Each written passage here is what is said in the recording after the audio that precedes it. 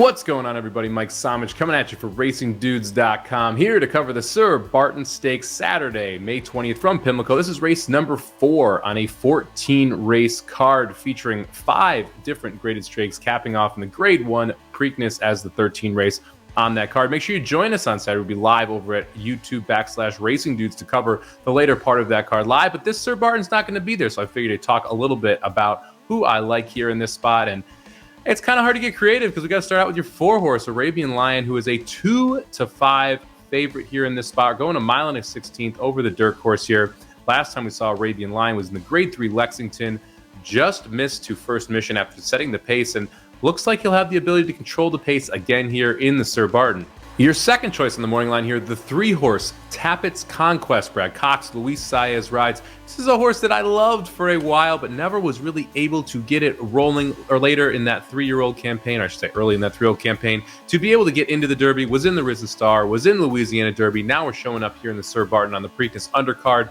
This horse wants to come from off the pace, needs pace to chase to be successful and be able to win. We just don't have that here for Tappett's Conquest.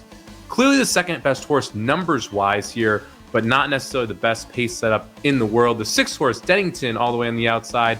This horse ended up running pretty well last time. We saw it in the Lexington against Arabian Lion. Ran 4th in that race, was able to get an allowance win on the undercard of the Risen Star at Fairgrounds as well, in what was a pretty good allowance race, including Tappet Shoes and a couple others in there. 5-1 on the morning line, Kenny McPeak.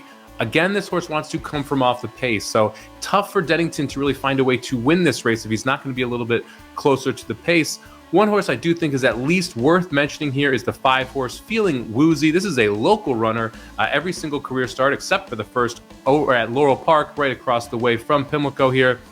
This one's coming in, and the only reason I think it's worth mentioning is this is really your only other speed. It's the only other horse that wants to be forwardly placed, just like Arabian Lion. I could see a spot here where Arabian Lion goes out, makes the lead, Feeling Woozy just sitting right behind, kind of tracking, and becomes a de facto leader of the rest of this field. So whether or not a question of whether or not Feeling Woozy is able to hold off horses like Tappett's Conquest and Dennington.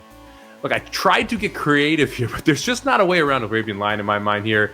He's 2-5 for a reason on the morning line. Probably goes off 1-5 in this spot. Probably takes this field gate to wire. I think he is very, very tough to beat. So if I'm betting this race, I'm playing cold exactas. I'm playing cold trifectas.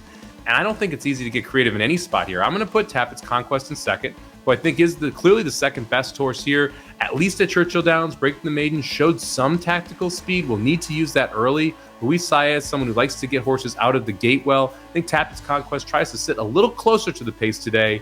Still not going to be close enough in my mind to be able to get by Arabian Lion. For third, I'm going to go with Dennington here. Again, kind of chalky, but clearly the next best horse in this race. It's a 3-horse field in my mind. You got 6 horses total, but the other 3 really aren't going to play that much of a factor. For me, I'm going to play a cold 4-3-6 trifecta. See if we can get 5-1, 6-1, something like that on that cold trifecta. We'll see what happens here in the Sir Barton, race number 4 from Pimlico on Saturday. Thank you very much for checking out this preview of the Sir Barton over at RacingDudes.com. Make sure you head over to YouTube/RacingDudes and subscribe for previews of all the major stakes races coming up over the weekend. And make sure you hit the subscribe button so you know when we go live on both Friday and Saturday for coverage from Pimlico. Thank you very much for checking out this video, and we'll see you at the track. RacingDudes.com is your home for the best free picks for every race, every track across the country.